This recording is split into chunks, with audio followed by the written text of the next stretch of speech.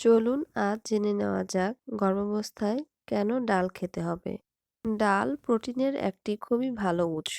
আর গর্ভাবস্থায় অন্যান্য সময়ের তুলনায় প্রোটিনের চাহিদা খুব বেশি হয়, কারণ প্রোটিন গর্ভের শিশুর মাংসপেশি তৈরিতে সাহায্য করে।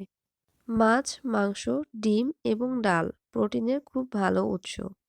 তবে গর্ভাবস্থায় অনেকেই মাছ, মাংস এবং ডিম খেতে পারে না, আর এর জন্যই এদের বিকল্প হিসেবে ডাল খেতে বলা হয়ে থাকে।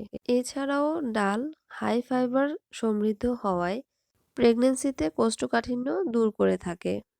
এছাড়াও গর্ভাবস্থায় গর্ভকালীন ডায়াবেটিস হওয়ার সম্ভাবনা খুব বেশি থাকে।